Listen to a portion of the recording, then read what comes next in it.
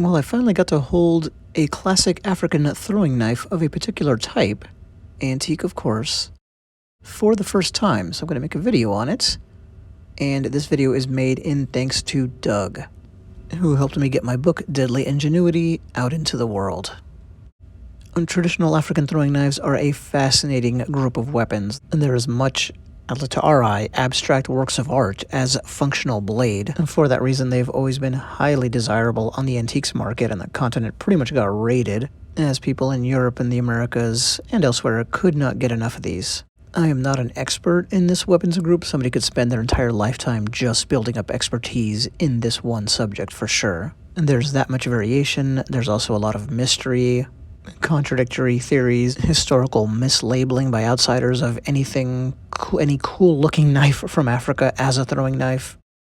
And the fact that at least some of these were truly made just as currency items, as trade items, and not as functional knives, bumping up against the fact that some of the very exotic shapes, exotic again to our outsider eyes, were functional knives. All of it makes it a very tough nut to crack. If this is the first time you're seeing any examples from this weapon type, then you're no doubt struck by the design. I mean, look how absolutely gorgeous these three here are. In my opinion, African throwing knives are descendants of hunting sticks, throwing sticks. That's a subject I actually get into quite a bit in the new book. What we're talking about here is the hunting tool / weapons family whose most famous member is the boomerang. This is an ancient and very widespread thing. Here we see a depiction of an ancient Egyptian hunting waterfowl with one. Here's a collection of old Egyptian specimens, and notice how especially some on the right remind us of the tool we're looking at today and the overall African group. Not an exact match, of course, but in the panoply of images I'm going to go through here, notice how these tools are at least somewhat evocative of today's focus. These are also called rabbit sticks often, so you'll see that label there. Look down at the right, you're going to see a real undulating kind of S shape. So whether Egyptian, Australian, or Native American, this weapons group, it seems to me, represents the only thing even close to what we're going to look at from Africa. We're talking about flattened, oddly shaped, asymmetrical, undulating throwing objects in both cases, and it seems to me that is probably not an accident. And it seems surprising, but the overall hockey stick outline does fly well. Here's one very similar to the one I got to hold. Definitely not exactly like it. Such a strange creative design, but you know, if those metal edges are sharp and you send this thing twirling at someone or something, it's going to be able to do damage. As is the case so often with weapons history, this probably began with, here, we found a useful thing for bringing down animals that we want to eat, to, hey, I'm going to send this flying at this person I don't like. Spear, arrow, sling stone are just three examples of objects that went through that evolution to become dedicated fighting tools. The kind we're looking at today tend to be about 2 feet long. Certainly looks long enough to me to be used as kind of a short sword in close quarters combat should the need arise. Looks like there'd be some very cool hooking applications too.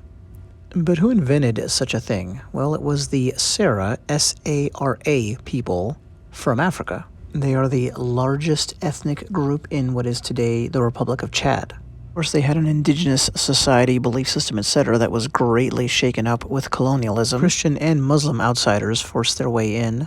And unlike further west in Africa, this deep into the continent, it was more Muslim slave traders who were making locals captive. So there was armed conflict there, and a knife like the one that I'm showing you today probably got used in those. This map is obviously showing you the areas of Africa where this ethnic group mostly resides. You can see how it's treading the line between Sudan and Chad.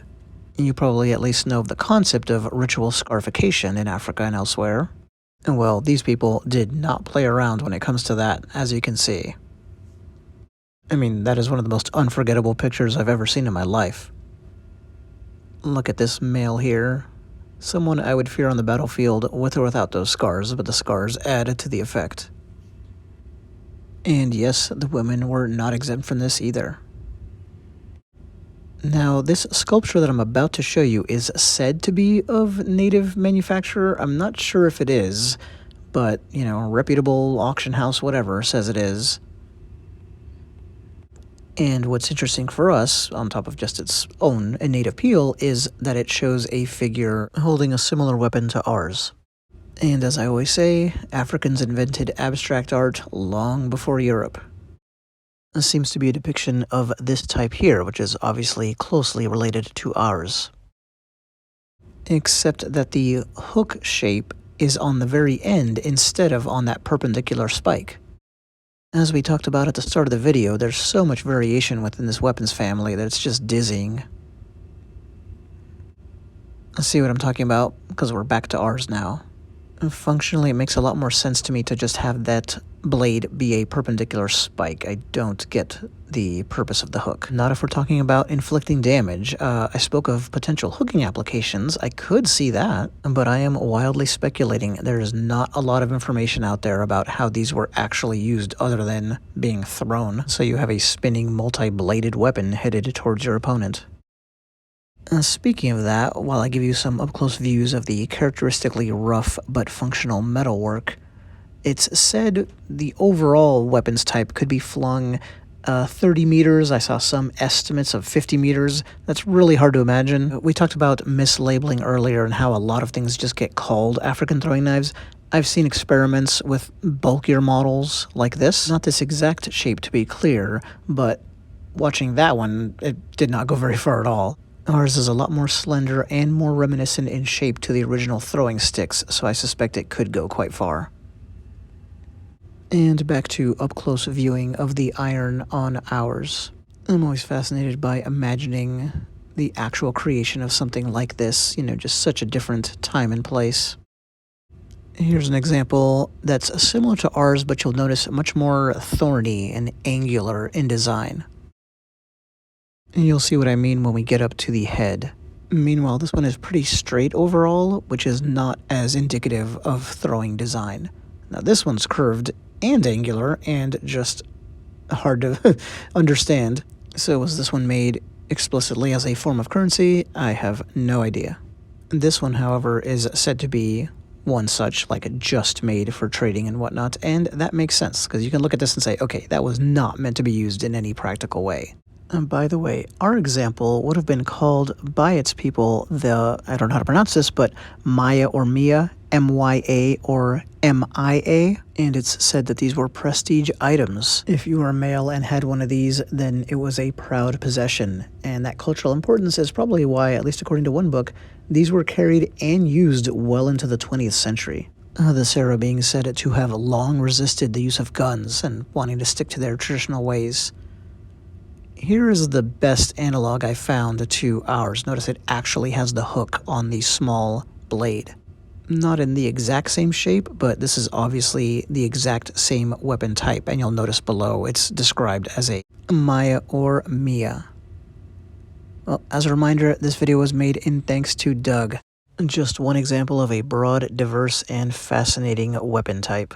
I hope everyone enjoyed it, and we'll see you next time.